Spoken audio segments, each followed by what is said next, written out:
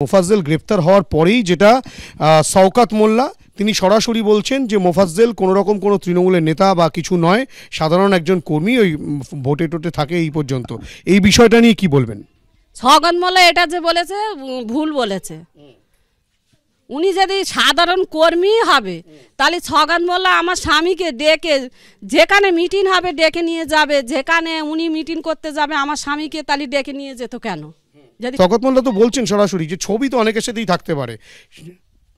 এটা ভুল কথা বলেছে ওনারা, এখন হয়তো বাঁচার জন্য হয়তো ভুল বলেছে, কিন্তু এটা ভুল না। সরকারি হিসেবে কাগজপত্র দেখলেই তো বুঝতে পারবে যে আমার স্বামী পঞ্চায়েত মেম্বার হয়েছিল কি না, ওনাদের সঙ্গে ছিল কি না, দেখলেই বুঝতে পারবে। স্বামী কি ভোটে দাঁড়িয়েছিলেন কখনো? এই তো 23-এ ছিল, পঞ্চায়েত ভোটে দাঁড়িয়েছিল। হুম। আচ্ছা, সেটা কি শওকত মোল্লা সাপোর্টে? হ্যাঁ, শওকত মোল্লার সাপোর্টই তো।